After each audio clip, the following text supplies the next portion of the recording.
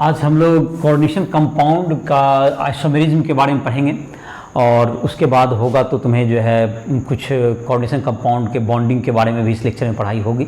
इस video lecture में हम जो राइट ऐप पर हमारे सारे वीडियो लेक्चर्स को तुम देख सकते हो और जो फिजिक्स केमिस्ट्री मैथ इन सबों के लिए फिर तुमको जो है कोई भी पर्सनल प्रॉब्लम हो, जो तुमसे नहीं बना, कोई पोर्शन समझने में दिक्कत हो रहा हो, जो एग्ज़ाम में तुम्हें परेशानी कर रहा हो एग्ज़ाम के प्रिपरेशन में, चाहे वो इंजीनियरिंग मेडिकल या बोर्ड के एग्ज़ाम हो, उसके लिए तुम राइट ऐप को प्ले स्टोर से डाउनलोड कर हमारे video lectures JEE mains advance इन सबों के लिए तुमको प्रैक्टिस करिए, ऑब्जेक्टिव सब्जेक्टिव क्वेश्चन और तुमको पर्सनल जो तुम्हारा पर्सनल गाइड के लिए तुम मेंटर के रूप में तुम हमें चूज़ कर सकते हो। इसके लिए भी तुम राइट ऐप का उपयोग कर सकते हो। तो आज जो है तुमको जब आइसोमेरिज्म का मतलब हो गया कि कंपाउंड जिसके कि मॉलिक्यूलर फार्मूला सेम हो बट स्ट्रक्चर्स या तुमको केमिकल और फिजिकल प्रॉपर्टी में डिफरेंट हो। द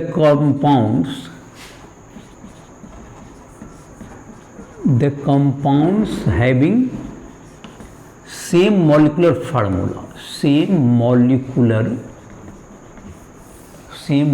फार्मूला,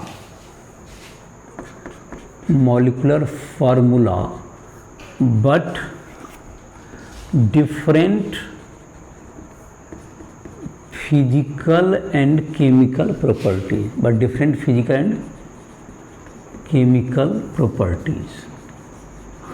तो ये तुमको क्या कहलाएगा, इस तरह के कंपाउंड्स को, इस ये फेनोमेना है तुमको, इसको हम लोग आइसोमेरिज्म कहते हैं।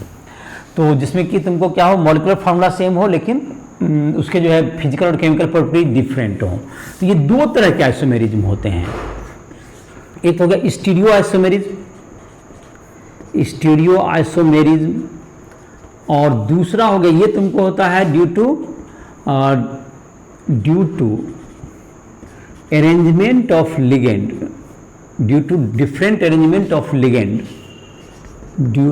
डिफरेंट orientation या अरेंजमेंट ऑफ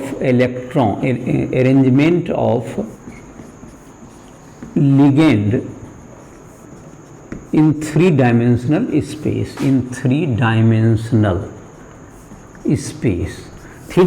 स्पेस में तुमको लिगेंड के पोजीशन में डिफरेंस के कारण क्या बनता है, स्टीरियो आइसोमेरिज्म प्राप्त होगा।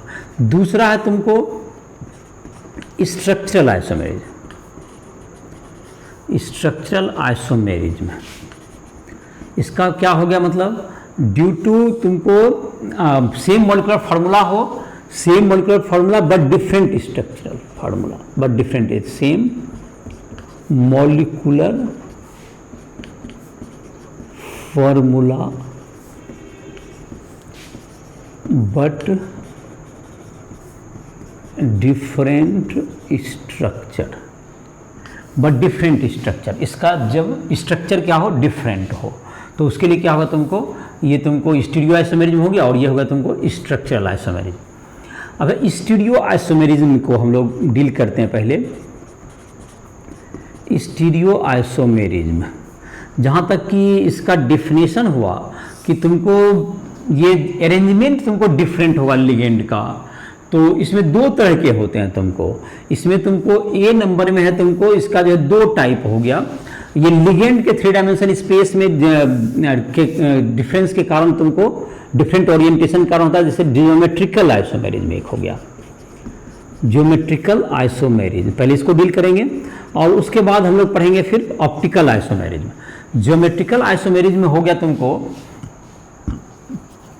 कि ये तुमको ज्योमेट्रिकल आइसोमेरिज्म तुमको जो पाया जाएगा तुमको, जिसमें कि तुमको एक ही मॉलिक्यूलर फार्मूला होंगे, स्ट्रक्चर भी सेम होंगे जैसे कि उसका शेप वगैरह, लेकिन लिगेंड का फिर भी तुमको जो है अरेंजमेंट क्या होगा, उसमें अलग प्रकार के होंगे।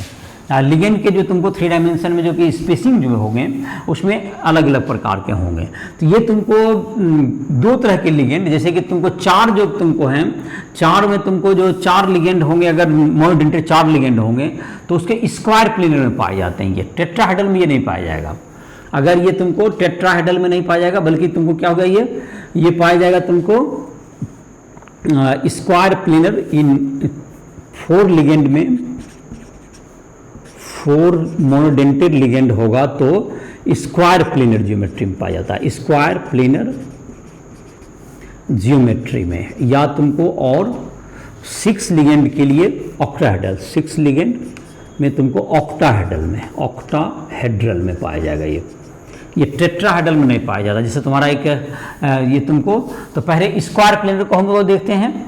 स्क्वायर प्लेनर में जैसे होगा तुमको, स्क्वायर प्लेनर ज्योमेट्री अगर किसी का है, जैसे कि है MA2B2, अगर इस तरह का है, जैसे कि इधर A से जुटा, इधर भी A हो गया तुमको, एक साइड से A हो गया, इधर की तरफ तुमको ये B हो गया और इधर से B हो गया, और इसकी ज्योमेट्री है स्क्वायर में, और लिगेंड तुम्हारा क्या हो गया, A एक साइड है, B एक साइड हो गया, तो ये तुमको कहलाएगा, ये तुमको जो है सिस आइसोमर कहलाता है। MA2B2 में देखेंगे, ये हो गया MA2 और B2 में, MA2B2 में ये स्क्वायर प्लेन हो गया, ये सिस हो गया तुम्हारा, ये सिस आइसोमर,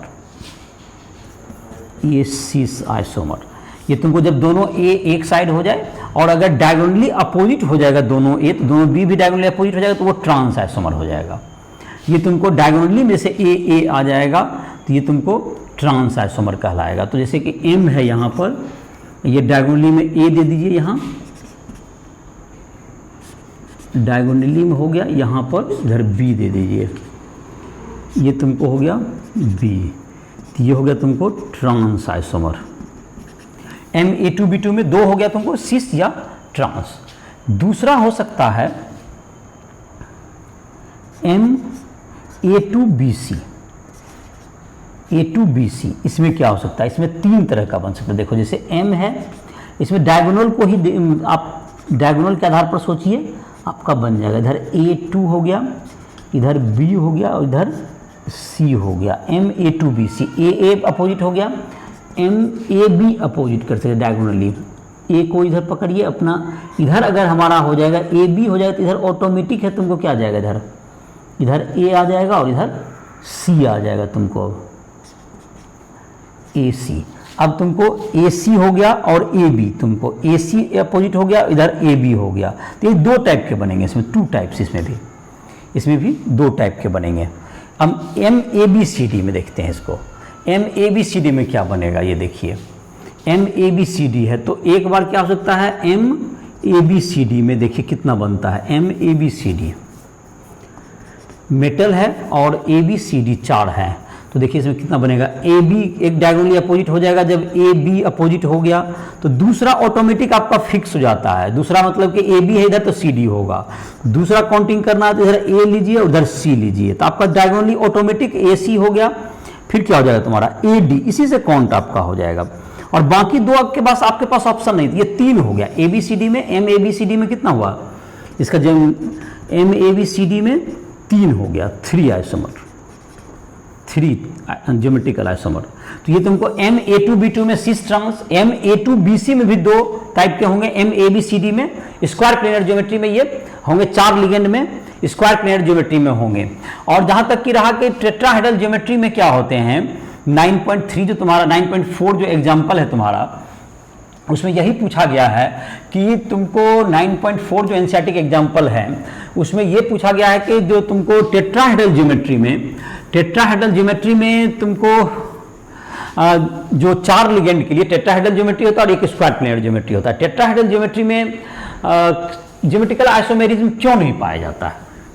तो टेट्राहेड्रल ज्योमेट्री जो होता है उसका शेप को ध्यान से देखिए, तो एक जो तुमको मेटल के रिस्पेक्ट में अगर देखें तो सारे जो कि तुम्हारा अरेंजमेंट होंगे सभी तरफ सब एक जैसे होते हैं, और इसीलिए उसमें कोई फर्क नहीं होगा। और यही कारण है कि टेट्राहेड्रल ज्योमेट्री में ज्योमेट्रिकल आइसोमेरिज्म नहीं पाए जाते हैं। तुम्हारा 9.4 जो तुम्हारा हो गया, 9.4 एनसीईआरटी का एग्जाम्पल है जिसमें कि ये पूछा गया है कि टेट्राहेड्रल ज्योमेट्री में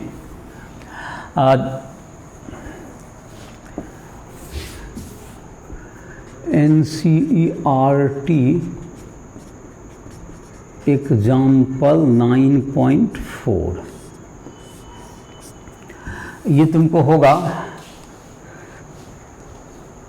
तो इसमें है कि टेट्राहेड्रल ज्योमेट्री अगर आप बनाइएगा M, यहाँ पर देखिए एक लिगेंड अगर A इधर की तरफ है, इधर B है, ये B हो गया, ये C है तुमको,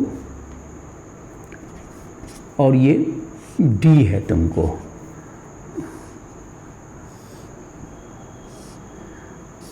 तो ये जो तुम्हारा होगा, ये चारों जो लिगेंड की स्थिति होती है, तो ये सब लिगेंड क्या है, इसके रिस्पेक्ट में सारे जो A B सब क्या है, all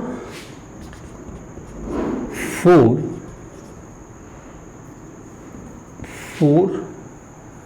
are symmetrical as seen from metal से देखा जाए, मेटल से तुमको सारे जो है तुमको, hence no geometrical isomer in tetrahedral geometry. Tetrahedral में क्या होगा जी, इसमें तुमको ज्योमेट्रिकल आइसोमेरिज्म नहीं पाया जाएगा, क्योंकि सारे जो शेप हैं और स्क्वायर प्लेन में पाए जाएंगे, और ऑक्टाहेड्रल ज्योमेट्री में पाए जाते हैं। ऑक्टाहेड्रल ज्योमेट्री में हम लोग देख लेते हैं इसमें, अब ज्योमेट्रिकल आइसोमेरिज्म में वही ये एग्जांपल था तो टेट्राहेड्रल का, तो उसका क्वेश्चन देख लिए। अब हम लोग देखते हैं geometrical isomerism in octahedral complexes. Geometrical isomerism in octahedral complexes, तो ज्योमेट्रिकल आइसोमेरिज्म तुमको ऑक्टाहेड्रल कॉम्प्लेक्स में हम लोग देख लेते हैं। Geometrical isomerism in octahedral complex, ये अभी देख लेते हैं स्क्वायर प्लेनर में, जो 6 लिगेंड वाले के लिए होगा। ज्योमेट्रिकल आइसोमेरिज्म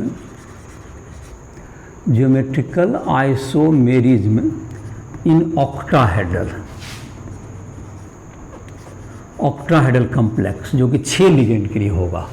तो इसमें तुमको होता है, एक है तुमको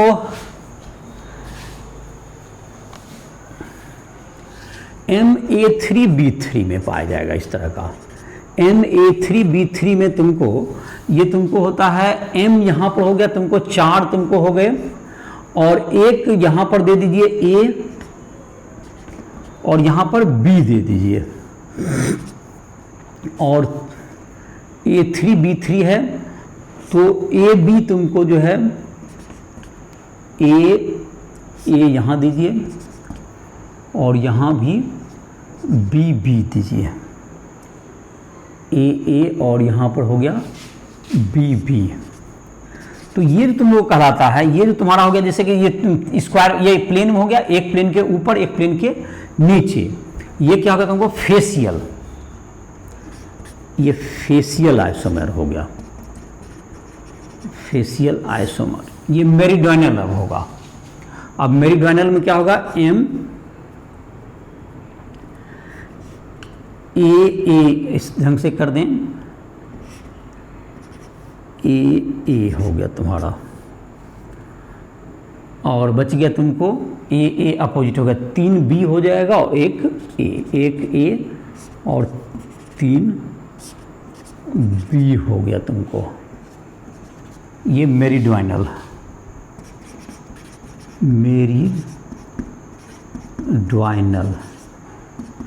आइसोमर, ये फेसियल हो गया, ये मेरिडियनल। ये MA3B3 में तुमको 2 टाइप का हो गया। अब है तुमको MA4B2, 9.4 जैसे था तुमको, MA4B2 में सिस और ट्रांस होगा तुमको। MA4B2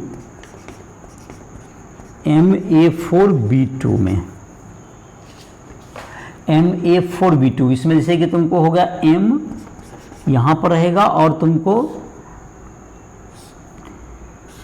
A4B2, तो A एक दे दीजिए इधर और एक B दे दीजिए, AB, और यहाँ पर 3A हो गया, 3A हो जाएगा। अब बचा हुआ है 3A और एक B, इसमें तो कोई एक ही ऑप्शन है आपके पास 3A एक B को अरेंज करने का, तो ये तुम्हारा कहलाएगा, ये तुम्हारा हो गया सिस कहलाता है, ये सिस फॉर्म हो गया इसका। और ट्रांस क्या हो जाएगा तुमको, और जबकि M यहाँ पर तुमको जो है B को ले लीजिए, दोनों B को एक अपोजिट में और चारों ए को इधर ले लीजिए, चारों ए इधर हो गया। ये तुम्हारा क्या हो गया, ये कहलाएगा ट्रांस, ये ट्रांस। जैसे कि तुम्हारा एग्जाम्पल है, तुमको एग्जाम्पल जो NCERT का है तुमको 9.5 में देखिए, इसमें है तुमको दिया हुआ FeCl2 और FeCl2 और इसमें 6 है तुमको Fe, जैसे कि तुम्हारा Fe का है तुमको 4 लिगेंड है एक तरह के Fe के साथ और 2 लिगेंड, तो उसमें भी क्या बनेंगे तुमको, ये इसमें भी इसी तरह से जो है तुमको दिया हुआ है। इसमें M के जगह पे क्या दिया हुआ है, इसमें ये तुमको यहीं पर लिखते हैं, यही सेम रहेगा, खाली M का तुमको वैल्यू दिया हुआ है Fe, A का वैल्यू NH4 है शायद, और एक है तुमको Cl। तो ये तुमको यहाँ पर NCERT एग्जाम्पल 9.4 में ये एक सिस और क्या बनेगा, ट्रांस बनेगा। ये 9.4 NCERT एग्जाम्पल इसी पर बेस्ड है तुम्हारा, एग्जाम्पल 9.4। तो ये तुम्हारा हो गया। इसके बाद तुमको जो है ये तुमको अब ज्योमेट्रिकल आइसोमेरिज्म तुम्हारा हो गया। ज्योमेट्रिकल आइसोमेरिज्म 2 तरह के तुमको टेट्राहेड्रल में नहीं पाया जाएगा, और 4 जो तुमको है स्क्वायर प्लेनर ज्योमेट्री में 4 के लिए होगा, और ऑक्टाहेड्रल ज्योमेट्री में तुमको पाए जाएंगे, जिसमें फेशियल मेरिडियनल या सिस ट्रांस, ये 2 तरह के ज्योमेट्री में तुमको ज्योमेट्रिकल आइसोमर पाए जाते हैं। अब हम लोग जो है देखेंगे, इसके बाद हम लोग ऑप्टिकल आइसोमेरिज्म पढ़ेंगे। स्टीरियो के का ही 2 टाइप है, स्टीरियो आइसोमेरिज्म के 2 टाइप हो गए, जिसका नाम है तुमको स्टीरियो आइसोमेरिज्म के 2 टाइप हो गए, जिसका नाम हो गया एक ऑप्टिकल आइसोमेरिज्म तुम्हारा, एक ज्योमेट्रिकल हो गया, और दूसरा नंबर जो है तुमको दैट इज ऑप्टिकल आइसोमेरिज्म। ये हो जाएगा तुमको optical isomerism.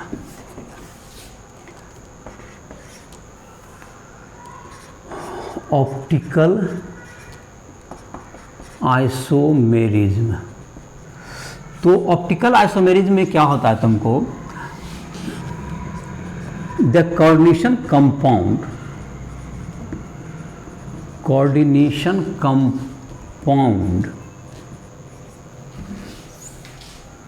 which rotate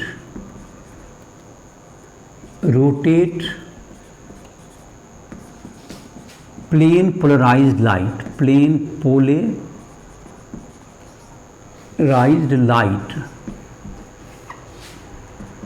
in clockwise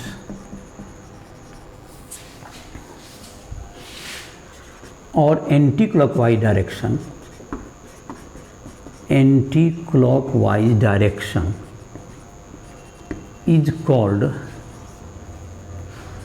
is called optical isomerism. इसमें जो उनको प्लेन पोलराइज को 2 मतलब क्लॉकवाइज या क्या रोटेट करे, एंटी क्लॉकवाइज में ये क्या कहलाएगा, ये क्या शो करता है, ऑप्टिकल आइसोमेरिज्म शो करेगा। स्क्वायर प्लेनर ज्योमेट्री में सिस तुमको शो करेगा। इन स्क्वायर प्लेनर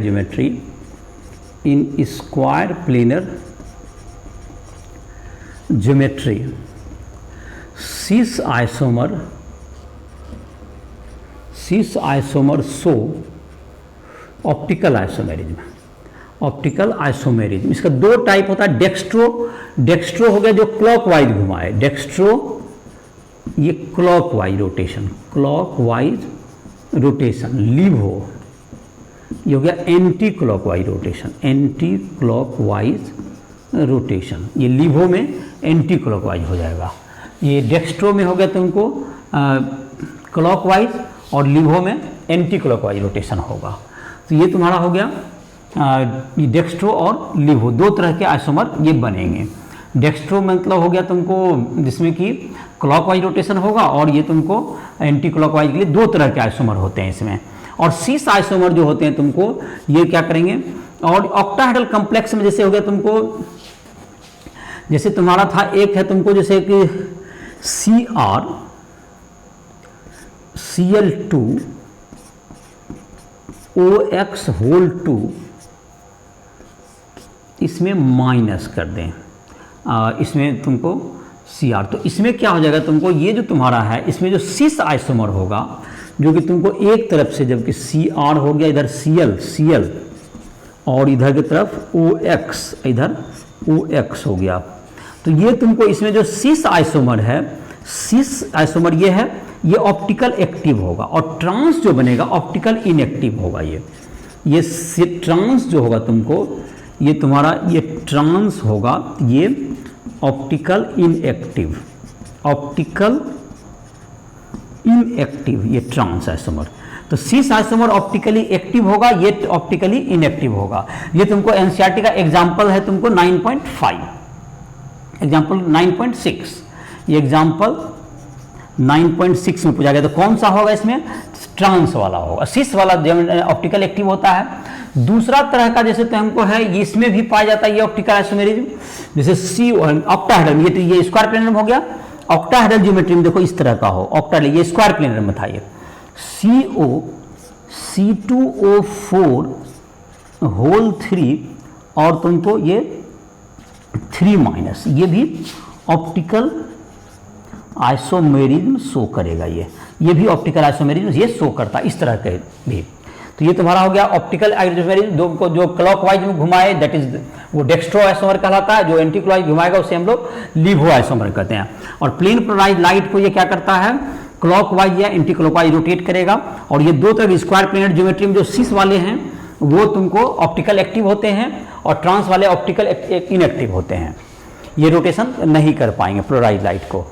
तो जो एंटी क्लॉकवाइज में घुमाएंगे उसे हम लोग लीवो आइसोमर कहेंगे, जो क्लॉकवाइज रोटेट करता है प्लेन पोलराइज्ड लाइट को वो डेक्स्ट्रो आइसोमर कहलाता है। तो ये तुम्हारा आइसोमेरिज्म हो गया तुमको स्टीरियो आइसोमेरिज्म। अब हम लोग देखेंगे दूसरा जो कि था तुम्हारा स्ट्रक्चरल आइसोमेरिज्म। तो स्ट्रक्चरल आइसोमेरिज्म में क्या हो गया तुमको, ऐसे कंपाउंड, कोऑर्डिनेशन कंपाउंड जिसके कि तुमको मॉलिक्यूलर फार्मूला तो सेम हो लेकिन उसके स्ट्रक्चर में डिफरेंस हो, तो उसको हम लोग क्या कहेंगे, स्ट्रक्चरल आइसोमेरिज्म। सेकेंड टाइप इसको कह सकते हैं अब हम लोग। फर्स्ट टाइप था तुमको स्टीरियो आइसोमेरिज्म, जिसमें कि तुमको हो गया ज्योमेट्रिकल और ऑप्टिकल। ज्योमेट्रिकल में तुमको स्क्वायर प्लेनर जो कि 4 में है, या तुमको ऑक्टाहेड्रल में। तो हम लोग लिखते हैं इसका structural isomerism, second number structural isomerism.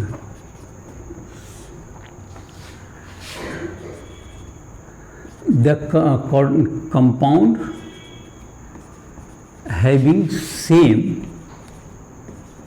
molecular formula but different structure, इसका स्ट्रक्चर डिफरेंट हो, क्या कहलाएगा ये स्ट्रक्चर डिफरेंट हो, that is called structural isomerism. Structural isomerism इसके 4 टाइप होते हैं, इसके 4 टाइप होंगे तुमको, इसके 4 टाइप होते हैं। जैसे कि तुम्हारा पहला हो गया लिंकेज आइसोमेरिज्म, लिंकेज आइसोमेरिज्म। तो ये जो तुमको लिंकेज होता है due to ambidentate ligand. Ambidentate ligand क्या याद होगा, due to presence of ambidentate ligand, ambidentate ligand. Ambidentate में याद होगा जैसे कि NO2 है, NO2 के प्रेजेंस, NO2 तुमको हो गया या ONO, इसके कारण अगर हो जाए, या CnNC, या CN के बजाय NC बन जाए, इस तरह का उल्टा जुट जाए, तो ये तुमको क्या हो सकते हैं, ये सब तुमको क्या बनाएंगे, अगर ये पहले एक ये रह गया तो चाहे ये रहेगा तो तुमको क्या हो जाएगा, ये इसके कारण तुमको एम्बिडेंटेड लिगेंड के कारण ये तुमको प्राप्त होता है। जैसे तुमको है Fe NH3 whole 5 NO2 Cl2, ये तुमको रेड कलर का होता है। और तुमको Fe NH3 होल 5 ONO जब ऑक्सीजन से जुड़ेगा और Cl2, ये येलो कलर का होता है, ये येलो कलर का होगा। तो ये तुमको 2 अलग अलग कंपाउंड होंगे। लिगेंड जो है तुमको एम्बिडेंटेड लिगेंड यहाँ पे था, नाइट्रिटो N हो गया यहाँ पर, और ये नाइट्रिटो O हो गया। तो ये तुम्हारा क्या हो गया, इसके कारण इसका क्या हो गया, तुमको इसका कलर भी चेंज हो जाता है। तो इसको पहली बार इस ढंग का ऑब्जर्व इसको किया गया था। तो ये हो गया तुमको एम्बिडेंटेड लिगेंड NO2 के कारण ये तुमको 2 कलर कंपाउंड बन गए। दूसरा लिंकेज के बाद दूसरा है तुमको coordination isomerism, coordination isomerism due to, coordination isomerism में क्या होगा, ड्यू टू क्या होगा तुमको, एक्सचेंज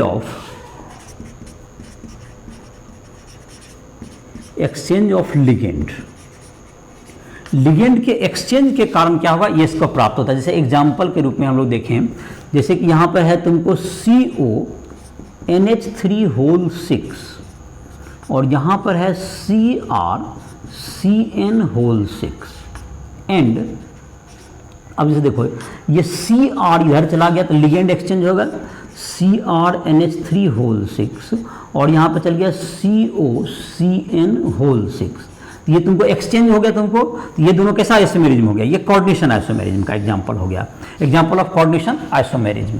क्योंकि ये तुमको दोनों में जैसे देखो मेटल एटम प्रेजेंट हो गया तो लिगेंड भी क्या हो गया, एक्सचेंज हो गया ऑटोमेटिक, तो ये कोऑर्डिनेशन आइसोमेरिज्म के एग्जाम्पल होते हैं। तीसरा तुमको कह सकते हैं हम लोग, कोऑर्डिनेशन हो गया तुमको, पहला लिंकेज हो गया, दूसरा कोऑर्डिनेशन आइसोमेरिज्म, तीसरा हो गया तुमको ionisation isomerism, ionisation isomerism, ionisation due to exchange of ligand and counter ion, counter ion ऐसा हो जो कि तुमको लिगेंड के रूप में काम कर सकता है, काउंटर आयन, तो काउंटर आयन और लिगेंड अगर एक्सचेंज कर जाए तो उसमें क्या हो सकता है, ऐसा तुमको प्राप्त हो जाएगा। जैसे कि मान लेते हैं कि तुमको यहां पर है तुमको CO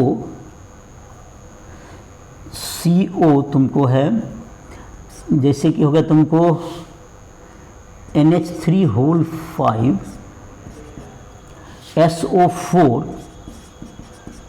और यहाँ पर Br है, तो अब यहाँ पर जैसे क्या होगा तुमको CONH3 और यहाँ पर हो गया तुमको Br यहाँ आ गया और SO4 बाहर चला गया, तो ये दोनों क्या हो गया तुमको लिगेंड और ये तुमको एक्सचेंज होने से क्या हो गया, ये तुमको प्राप्त हुआ, तो ये किस तरह का आइसोमेरिज्म हो गया, ये तुमको कोऑर्डिनेशन आइसोमेरिज्म का एग्जाम्पल हो गया। अब है तुमको इसके बाद जो तुम्हारा है एक एग्जाम्पल है तुम्हारा, दैट इज हाइड्रेटेड आइसोमेरिज्म, देखते हैं चौथा नंबर तुमको है हाइड्रेटेड या सॉल्वेट आइसोमेरिज्म। तो चौथा तुमको लिख देते हैं हाइड्रेट या सॉल्वेट आइसोमेरिज्म। तो हाइड्रेट या सॉल्वेट आइसोमेरिज्म में क्या होगा, जैसे कि अभी आयन का एक्सचेंज हो रहा है और यहाँ पर क्या होगा, वाटर मॉलिक्यूल जो सॉल्वेंट है, सॉल्वेंट के मॉलिक्यूल वाटर हैं, उसके कारण होगा तुमको डिफरेंट कलर इसमें ऑब्जर्व होता है। तो ये तुमको इसलिए वाटर का एक्सचेंज होने पर जो तुमको बाहर मतलब कॉम्प्लेक्स आयन से बाहर और अंदर में तुमको अगर वाटर के मॉलिक्यूल के एक्सचेंज से प्राप्त होगा तो उसे हम लोग क्या कहेंगे, सॉल्वेट या हाइड्रेट आइसोमेरिज्म कहेंगे, सॉल्वेट या hydrate isomerism. Number 4,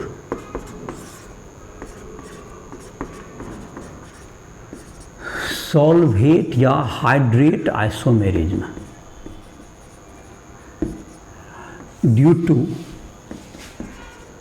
transfer of water molecule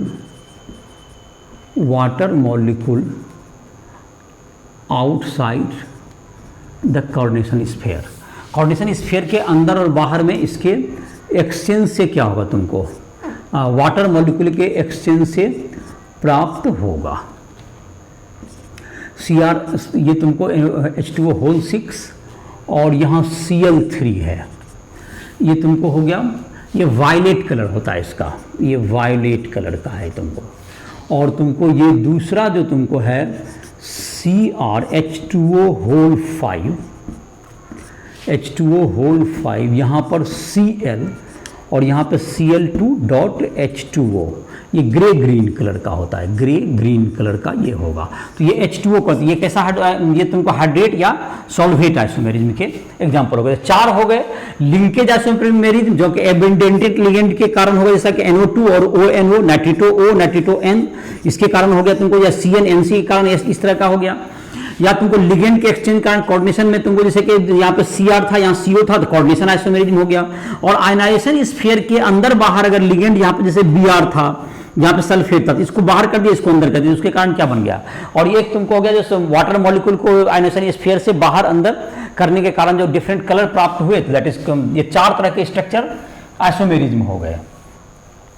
तो तुमको ये तुम्हारा जो आइसोमेरिज्म तुम्हारा है जो कोऑर्डिनेशन कंपाउंड के, वो इसी के यही है तुमको, जिसमें तुमको कोऑर्डिनेशन कंपाउंड के आइसोमेरिज्म की का जो तुमको है, जिसमें कि ज्योमेट्रिकल और तुमको जैसे पहला था स्टीरियो आइसोमेरिज्म में 2 तरह का हमने पढ़ा, ज्योमेट्रिकल और ऑप्टिकल, और इसमें जो स्ट्रक्चरल आइसोमेरिज्म में 4 प्रकार के थे। लिंकेज आइसोमेरिज्म में एम्बिडेंटेड लिगेंड के कारण था, और तुमको दूसरा था तुमको इसके बाद था लिगेंड के बाद कोऑर्डिनेशन आइसोमेरिज्म, जिसमें कि लिगेंड जो है कोऑर्डिनेशन स्फीयर में एक्सचेंज होने के कारण हुए। तीसरा था तुमको जबकि पोटेंशियल जो काउंटर आयन जो कि लिगेंड की तरह काम कर सकता है, वो अगर तुमको कोऑर्डिनेशन स्फीयर के अंदर चले जाए, दूसरा लिगेंड क्या हो जाए, बाहर आ जाए, तो उसके कारण मॉलिक्यूलर फार्मूला तो सेम रहेगा, लेकिन उसके कारण जो कि तुमको कोऑर्डिनेशन कंपाउंड जो कि अलग अलग डिफरेंट प्रॉपर्टी के प्राप्त होंगे, दैट इज आयनाइजेशन आइसोमेरिज्म कहलाएगा। और ये चौथा था तुमको वाटर मॉलिक्यूल के तुमको मतलब कोऑर्डिनेशन स्फीयर से अंदर या बाहर जाने के कारण जो होगा, दैट इज कोऑर्डिनेशन आइसोमेरिज्म। इसी लेक्चर में हम लोग जो है तुमको एक और हम लोग देख रहे थे बॉन्डिंग इन कोऑर्डिनेशन कंपाउंड। तो बर्नर थ्योरी जो है बहुत सी चीज़ों को एक्सप्लेन नहीं कर पाता है, तो उसके लिए मॉडर्न जो थ्योरी है bonding in coordination compound, bonding in coordination compound.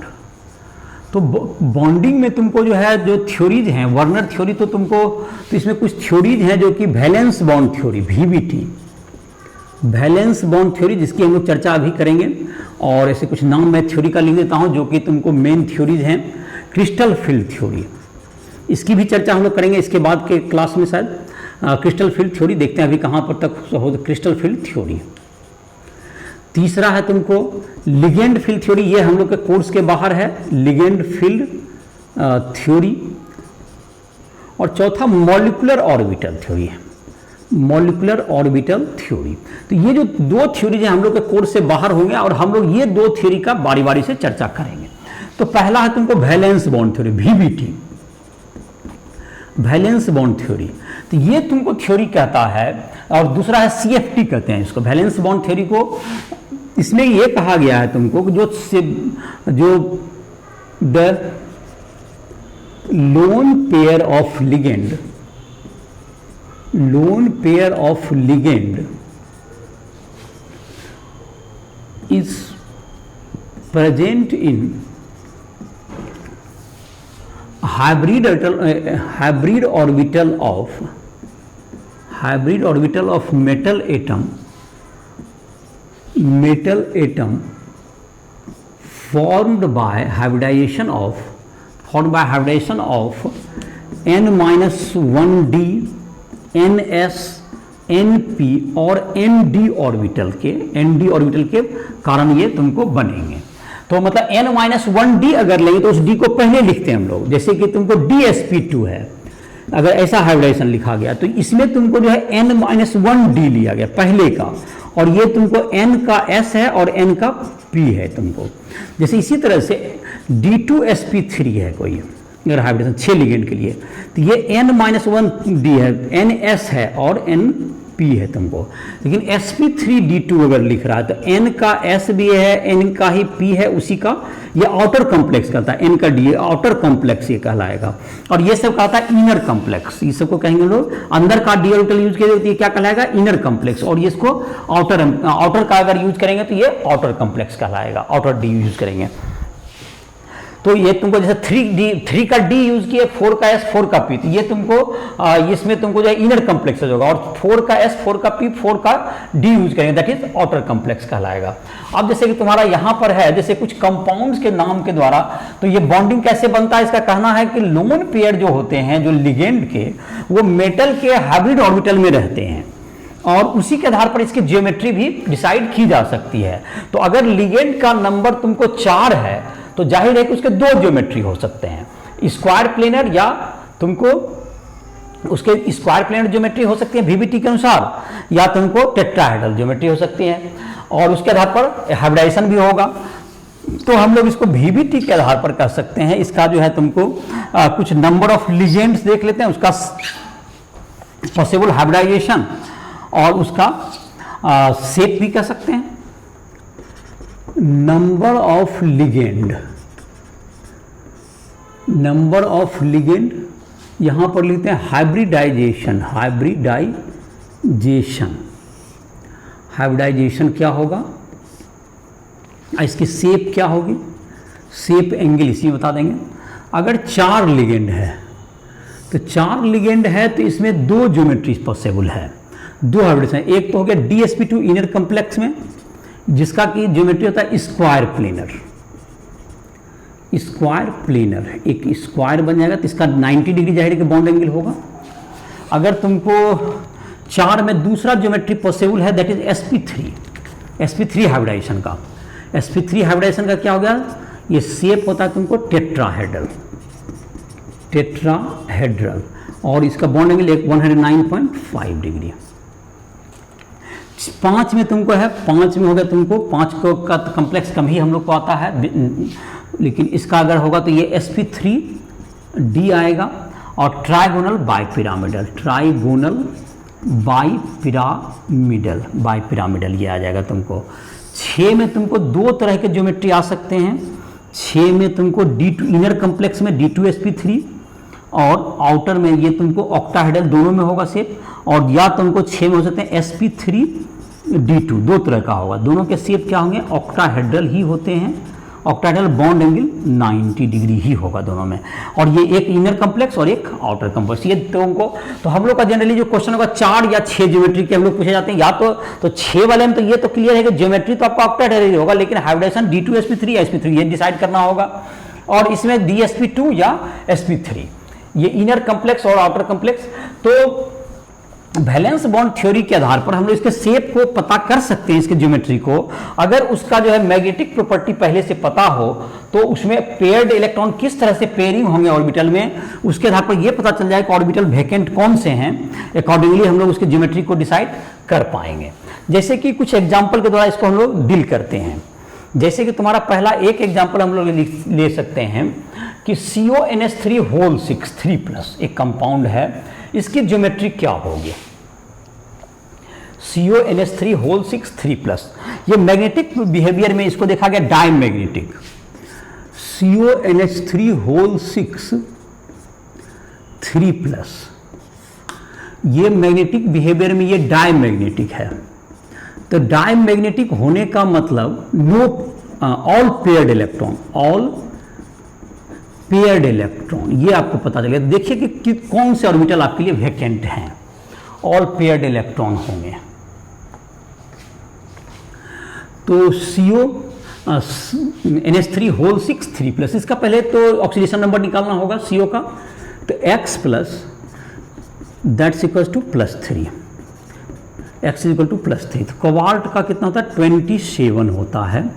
तो आर्गन 18 4s2 3d7, CO3+ का हो जाएगा आर्गन 18 और 3d6 हो जाएगा, ये 3d6 हो जाएगा। तो 3d6 हो गया तो 3d में तुमको 5 ऑर्बिटल होते हैं। देखो 3d में तुमको 5 ऑर्बिटल होते हैं, लेकिन 3 ऑर्बिटल जैसा कि एक पिछले डी ब्लॉक में बताए थे, इसमें T2g और EG 2 ऑर्बिटल में ये टूट जाते हैं। जेंडेसी अगर तुमको EG दोनों के इक्वल एनर्जी होते हैं, इसलिए EG कहा जाता है जेंडेसी। ये T2g ये लोअर लेवल। तो अब जैसे कि 3 इलेक्ट्रॉन अगर भरते हैं तो यहाँ पर तो 1 2 और 3, लेकिन यहाँ पर तुमको अगर ये दोनों इसमें चले जाएंगे एक एक इलेक्ट्रॉन, तो ये तुमको डायमैग्नेटिक नहीं रह पाएगा, क्योंकि ऑल पेयर नहीं हो पाएंगे। तो जाहिर है कि इसकी ज्योमेट्री जो कि मैग्नेटिक प्रॉपर्टी कहता है कि इसके जो कि इलेक्ट्रॉन होंगे ये क्या हो जाएंगे, ये पेयर्ड हो जाएंगे। हुन्स रूल के अगेंस्ट क्या होंगे, ये इलेक्ट्रॉन पेयर्ड हो जाएंगे आपके। ये ज्योमेट्री मतलब तुमको ये पेयर्ड, ऑल पेयर्ड हो गया, ऑल पेयर्ड। तो 3 जो यहाँ पे 2 जो ऑर्बिटल हैं ये खाली हो गए। 3d का 2 orbital of 3d is vacant, 2 orbital of 3d is available for hybridisation, तो इसमें क्या होता है, इसका मतलब 2 है तुमको 3D का, तो इसमें D का 2, 3D का 2 ले लो, 4s का 1 और 4p का 3 ले लो। यहाँ 6 ऑर्बिटल चाहिए, लिगेंड यहाँ पे 6 हैं तो ऑर्बिटल चाहिए इसका 6, तो 2 3D का 1 4s का 3 हो गया और 3 4p का 6 हो गया। तो इसका हाइब्रिडाइजेशन क्या हो गया, देखो हाइब्रिडाइजेशन हो गया D2sp3, ये इनर कॉम्प्लेक्स हो गया, इनर कॉम्प्लेक्स हो गया, ये अंदर का डी ऑर्बिटल हमने यूज किया। और इसकी ज्योमेट्री क्या हो गई, ऑक्टाहेड्रल तो है ही, ऑक्टाहेड्रल। और ये तुम्हारा हो गया, इस समझ में आ गया होगा तुमको क्या किया गया कि इसमें ये इसको देखा गया कि डीप अगर तुमको डायमैग्नेटिक है ये, तो इसका जो है तुमको ऑल पेड होगा, तो यहाँ पे 2 ऑर्बिटल इसके क्या रह गए, डी के वैकेंट रह गए, और इसलिए वो तुमको इनर कॉम्प्लेक्स में ये काम किया। दूसरा एग्जाम्पल के द्वारा देखते हैं, जो कि तुमको एक कोबाल्ट का ही देखें, अगर इसी का COF6 अगर देखें, COF6 अगर इसका हम लोग कंपाउंड को देखें तो इसमें तुमको क्या आता है, हाइब्रिडाइजेशन, और इसी का इसमें भी 6 लिगेंड हैं, COF6 और 3-।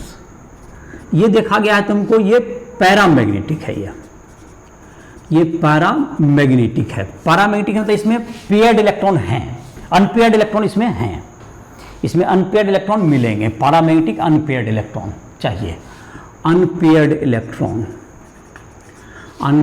इलेक्ट्रॉन हैं इसमें। तो चलिए यहाँ पे देखते हैं पहले, x प्लस -1 × 6 = 3+ है यहाँ पर, इक्वल टू -3 है, सॉरी -3, तो x इक्वल टू क्या हो गया, +3। तो जाहिर है कि +3 का भी हम लोग तो CO3+ का लिखे ही थे, उसको फिर से लिख देते हैं। पहले 4s से निकल जाता है तो 3d 6, लेकिन यहाँ 3d 6 है, तो यहाँ पर क्या होगा, इसमें पेयर्ड इलेक्ट्रॉन है, तो इसमें अनपेयर्ड इलेक्ट्रॉन हैं, तो एक भराया यहाँ पर, एक भराया, एक यहाँ भराया, और अब की बार तुमको अनपेयर्ड इलेक्ट्रॉन है तो एक यहाँ चला गया और एक यहाँ चला गया, तो अनपेयर्ड इलेक्ट्रॉन होने के लिए क्या हुआ, तो एक वहाँ चला गया, तो एक में इसमें 4 अनपेयर्ड इलेक्ट्रॉन हो गए, ये पैरामैग्नेटिक होने के कारण। तो इसमें 3D is not available, 3D is not available, 3D orbital में देखते इलेक्ट्रॉन आ गया तुमको, 3D is not available for hybridisation, not available for hybridisation, hybridisation में 3D अवेलेबल नहीं है। तो अब क्या है आपके पास, 3D नहीं अवेलेबल है, तो 4s का 1 ले लीजिए, 4p का 3 ले लीजिए और 4d का 2 ले लीजिए, तो sp3d2 इसका हाइब्रिडाइजेशन हो गया, और ज्योमेट्री हो गया ऑक्टाहेड्रल ज्योमेट्री हो गया, sp3d2 इसका हो गया तुम्हारा, sp3d2 इसका ज्योमेट्री हो गया, sp3d2। तो चलिए ये हो गया तुमको, ये तुमको आउटर कॉम्प्लेक्स हो गया ये। अब हम लोग देख लेते हैं 4 वाले में, देखते हैं 4 वाले में जैसे है तुमको NiCl4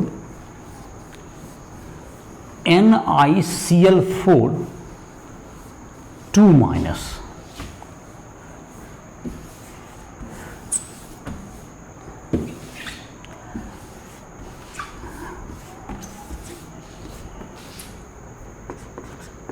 NiCl4 और ये 2- है, तो इसमें x + -1 × 4 that's equals to -2, x बराबर हो गया ये +2, तो Ni2+ है, तो Ni2+ है, तो इसमें क्या होंगे तुमको, इसमें तुमको Ni2+ है, तो इसमें तुमको Ni2+, इसमें तुमको दिया हुआ है ये तुमको हो गया, इसका हो गया तुमको Ni, तो इसका जो तुम्हारा हो गया ये डायमैग्नेटिक है, डायमैग्नेटिक ऑल पेयर्ड इलेक्ट्रॉन। तो ये ऑल पेयर्ड देखो किस तरह से हो सकता है ये, तो इसमें तुमको डायमैग्नेटिक Ni का लिख लो पहले, Ni28, आर्गन 18, 4s2 3d8, तो Ni2+ का क्या हो जाएगा, आर्गन 18 और ds के दोनों इलेक्ट्रॉन निकल जाएंगे, 3d8, तो 3d8 है, तो इसमें देखो 4 जो तुम्हारे होंगे, 4 ऑर्बिटल ये पेयर्ड हो जाएंगे, हुंडसुल के बाद 1 2 3 ये 4, और एक वैकेंट हो जाएंगे इसमें, 1 vacant d orbital, 1 vacant d orbital, d orbital, इसमें एक वैकेंट d ऑर्बिटल होगा, एक वैकेंट डी ऑर्बिटल होगा तो इसका हाइब्रिडेशन क्या हो जाएगा तुमको, हाइब्रिडेशन इसका 4 ऑर्बिटल चाहिए हमको, तो 3d sp2 मतलब 3d का एक, 4s का एक और 4p का 2 ऑर्बिटल, इससे 4 ऑर्बिटल हमारा हो गया। तो ये तुमको हाइब्रिडेशन इसका dsp2 हो जाएगा। अब NiCO होल 4 देखो, NiCO होल 4, इसमें तुमको क्या हो गया, x plus 0 into 4 that's equals to 0, तो x 0 हो गया। तो Ni का तुमको क्या हो गया, Ni0 का हो जाएगा आर्गन 18 4s2 3d8, और ये डायमैग्नेटिक होता है। ये क्या होता है तुमको, ये तुम्हारा डायमैग्नेटिक है, ये भी ये हो गया डायमैग्नेटिक, ये डायमीटर ऑल पेयर। तो ये क्या करता है, ये डी के जो तुमको जो है, डी में जो तुमको 5 ऑर्बिटल होंगे, ये प्रत्येक में एस वाला भी 2 इलेक्ट्रॉन इसी में आ गया, तो ये डी में 10 हो जाएगा। डायमैग्नेटिक का तो मतलब ये तुमको सारे क्या हो जाने चाहिए, पेयर्ड हो गए डी, तो इसमें तुमको 3d 10 हो गया तुम्हारा, ये 3d 10 हो जाएगा। तो 4s का एक ऑर्बिटल हमको खाली रह गया और 4p का 3 ऑर्बिटल, तो हाइब्रिडेशन क्या हो गया इसका, sp3 tetrahedral geometry NiCO whole 4 का। चूंकि ये सारा पेयर्ड होना चाहिए, डायमैग्नेटिक है, तो ये तुमको डी में चाहिए, एस के जो दोनों इलेक्ट्रॉन थे वो डी में चले गए और पेयरिंग हो गया, इस कारण से आउटर कॉम्प्लेक्स हो गया तुमको। अब है तुमको NiCN whole 4, NiCN whole 4 2 minus, NiCN whole 4 2 minus, तो ये तुमको क्या करेगा, -1 into 4 equals to -2, Ni2 plus, ये Ni2 प्लस, तो Ni2 प्लस है तो ये क्या करेगा, Ni2 प्लस है तो तुमको ये जो तुम्हारा है Ni2 प्लस, ये क्या कर देगा, ये तुमको इसका जो तुम्हारा है, इसमें तुमको ऑल पेयर्ड हो गया, डायमैग्नेटिक हो गया, और ये तुमको इसमें तुमको हाइब्रिडेशन क्या करेगा, ये sp3 इसका तुमको ये पैरामैग्नेटिक होगा, ये तुम्हारा है NiCN होल 4 डायमैग्नेटिक होगा, तो ये तुम्हारा क्या कहते हैं, इसका शेप को ठीक कर दो, इसका पैरामैग्नेटिक है। तो पैरामैग्नेटिक है तो इसका मतलब ये हो गया कि ये जो पैरामैग्नेटिक होगा, तो पैरामैग्नेटिक होने का मतलब कि इसमें तुमको जो है 4 मतलब क्या होगा तुमको 2 ही, 1 मिनट इसको ठीक करते हैं, इसका हाइब्रिडेशन इसका पैरामैग्नेटिक, ये तुमको थोड़ा सा मिस्टेक हो गया, इसको ठीक कर लेते हैं। तो ये पैरामैग्नेटिक होगा तो इसमें देखते हैं, इसका तुमको इसका ठीक ही है, तो इसमें तुमको पैरामैग्नेटिक होगा तो इसमें तुमको 4 1 5 है तुम्हारा, तो हमको कितना इलेक्ट्रॉन रखना है, 8 रखना है, तो 5 में 8 रखना है, तो पैरामैग्नेटिक में तो 8 पाँचों में डाल दीजिए, ये तुमको 8 इलेक्ट्रॉन इसमें रखने हैं, तो ये पेयर हो जाएगा तुमको, और ये पेयर हो गया, और 2 ये बच गए, तो ये 2 बच गए तो क्या होगा तुम्हारा, ये डी खत्म हो गया, तो इसका हाइब्रिडेशन क्या हो जाएगा तुमको, इसका हाइब्रिडेशन हो जाएगा तुमको, इसका हाइब्रिडेशन क्या होगा तुम्हारा, ये डी और D 3d not available, 3d not available, तो हाइब्रिडेशन इसका हो गया sp3 हो गया इसका भी। और इसमें तुमको देखो, इसमें तुमको क्या हो गया, इसमें भी sp3 हो गया, क्योंकि यहाँ पर 3d उपलब्ध नहीं है, और यहाँ पर देखो इसमें क्या होगा, ये तुमको डायमैग्नेटिक है, NiCN होल 4 2 माइनस क्या है, ये डायमैग्नेटिक है, ये पैरामैग्नेटिक था, तो डायमैग्नेटिक, तो इसमें जो है अभी जो उसमें जो कर रहे थे, इसमें 4 ऑर्बिटल पूरा भर जाएंगे इसमें, और डी के तुम्हारे ये 2 ऑर्बिटल हैं, 2 एक जो 3d, ये जो 3d का एक ऑर्बिटल खाली होगा, तो इसका हाइब्रिडेशन हो जाएगा dsp2 और square planar NiCN whole 4 2 minus में, तो ये तुम्हारा।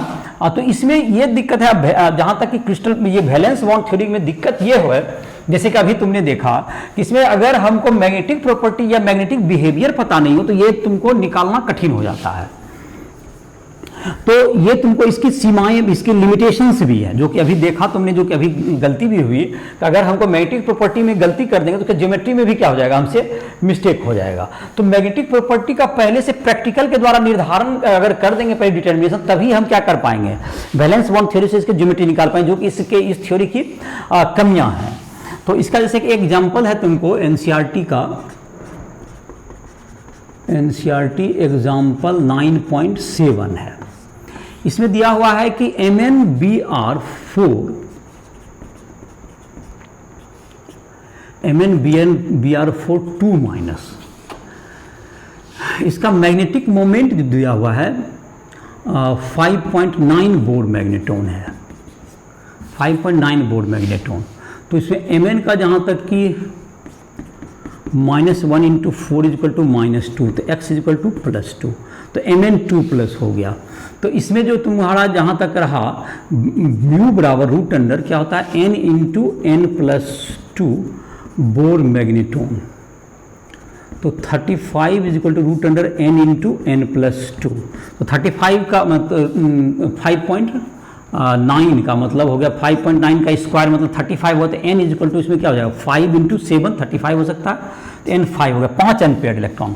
तो Mn2+ में तुमको जो है Mn2+ में तुम्हारा Mn2+ का इलेक्ट्रॉनिक कन्फिगरेशन ही लिख देते हैं डायरेक्ट, आर्गन 18, D का S वाला निकल जाएगा 3d5, 25 था तो 23 बचा 3d5। तो ये पांचों अनपेयर्ड है इसका मतलब, तो पांचों अनपेयर्ड होंगे तभी ऐसा होगा, पांचों इलेक्ट्रॉन क्या होंगे तुमको अनपेयर्ड होने के बाद ही ऐसा आएगा 3d5। तो 3d5 उपलब्ध नहीं है, 3d5 मतलब नॉट अवेलेबल, इसमें 3d में सब में इलेक्ट्रॉन है। तो अब आपका बच गया कितना, अब आपका तुमको 3d वाला खत्म हो गया, तब बचा किसका आपका, तो CO मतलब यहाँ पर तुम्हारा जो बच गया। अब तुमको कितना ऑर्बिटल बचा होगा इसका, अगर हमारे पास 4 ऑर्बिटल चाहिए, तो 4 ऑर्बिटल चाहिए तो Br को 4 लिगेंड है, तो इसमें 4s का एक लेवल होगा, 4p का 3 होगा आपका, तो हाइब्रिडाइजेशन क्या होगा इसका sp3 होगा, टेट्राहेड्रल जिसका ज्योमेट्री होगा। तो ये तुमको आउटर कम्प्लेक्स हो जाएगा तुम्हारा। तो ये तुमको समझ में आ गया कि जैसे 5 इलेक्ट्रॉन के लिए यहाँ पे D वैकेंट नहीं है और 5 अनपेयर्ड इलेक्ट्रॉन चाहिए, इसलिए इसी प्रकार बढ़ाएगा ये, और यही कारण है कि तुमको इसमें D वैकेंट नहीं होंगे और यही होगा। तो यहाँ पर जब मैग्नेटिक मोमेंट के बाद ही, जैसे VVT की जो दिक्कत है कि अगर मैग्नेटिक मोमेंट हमको पता नहीं हो या मैग्नेटिक प्रॉपर्टीज पता नहीं हो तो हम लोग उसका डिटर्मिनेशन नहीं कर सकते, ये लिमिटेशन है इसकी। तो इसकी लिमिटेशंस जहाँ तक है VVT की magnetic limitations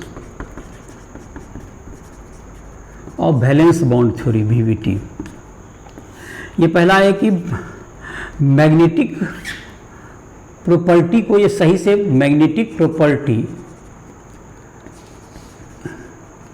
is required to explain the geometry,